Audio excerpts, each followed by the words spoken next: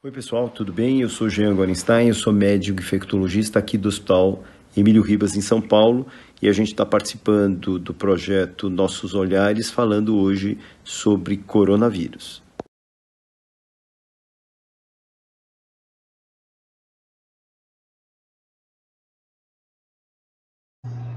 O coronavírus é um dos assuntos mais comentados no mundo ultimamente, mas mais que respostas, o que encontramos são dúvidas. Mas afinal, o que é o coronavírus? O coronavírus é um vírus conhecido da comunidade médica desde 1936. Em 1960 se identifica que ele tem o aspecto de coroa, por isso coronavírus, e ele tem uma característica zoonótica, que é da transmissão de um animal para o ser humano, mas a transmissão de um ser humano para outro é muito ruim. Ela só vai ser boa se ele sofrer algumas modificações do seu material genético, como aconteceu em 2002, na SARS, que foi uma síndrome respiratória aguda grave na China, e na MERS, que aconteceu em 2012 e 2013 no Oriente Médio. Na SARS era um felino, um gato do mato, que transmitiu para os seres humanos, enquanto que na MERS eram os dromedários, os camelos, que assim o fizeram. Quando surge em 2019, no final de 2019, o que se acredita que o reservatório intermediário sejam os pangolins, que lembra muito o nosso tatu. Mas quem é o grande reservatório de coronavírus acabam sendo os morcegos. Então, possivelmente, o morcego vai lá, morde o pangolim, ele desenvolve e multiplica o vírus, e por uma questão de adaptação, ele passa sim a transmitir para o ser humano, que tem uma facilitação, ou teve uma facilitação de transmissão de pessoa a pessoa, especialmente na China, como que aconteceu. E como a doença pode se propagar?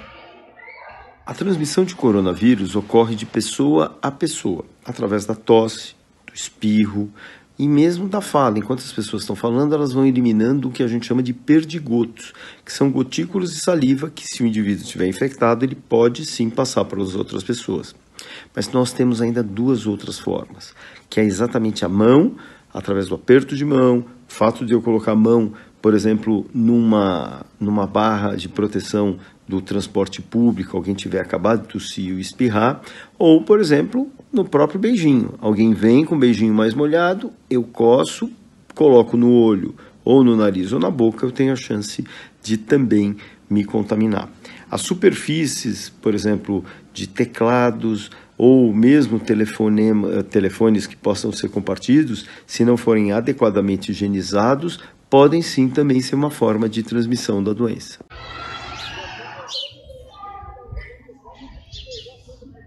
Existe algum risco nas compras feitas pela internet? Os vírus, eles não sobrevivem longo tempo em cima de superfícies, apenas em condições ideais, mas geralmente eles acabam morrendo no primeiro minuto. Em situações muito especiais, eles podem perdurar por até dias. Compras que são feitas na internet, até pela própria distância, não tem risco absolutamente algum de transmissão da doença. Quais os cuidados recomendados nesse caso? Deve-se tomar alguns cuidados, principalmente evitar ambientes aglomerados, evitar no transporte público, escolher aqueles horários de pico em que existam muitas pessoas, mas é muito importante manter ambientes arejados, ventilados, para a renovação do ar, assim todos os vírus respiratórios acabam sendo eliminados, inclusive o próprio coronavírus, que por enquanto nós não temos ainda circulação no nosso meio. Existem pessoas que viajaram, trouxeram, estão sendo mantidas em isolamento, mas por enquanto ela não é uma transmissão sustentada, apenas no convívio social ou familiar. Então é muito importante, além dos ambientes arejados e ventilados, a utilização do álcool gel ou a lavagem das mãos com água e sabão é o suficiente para você se prevenir de doenças respiratórias, inclusive o coronavírus.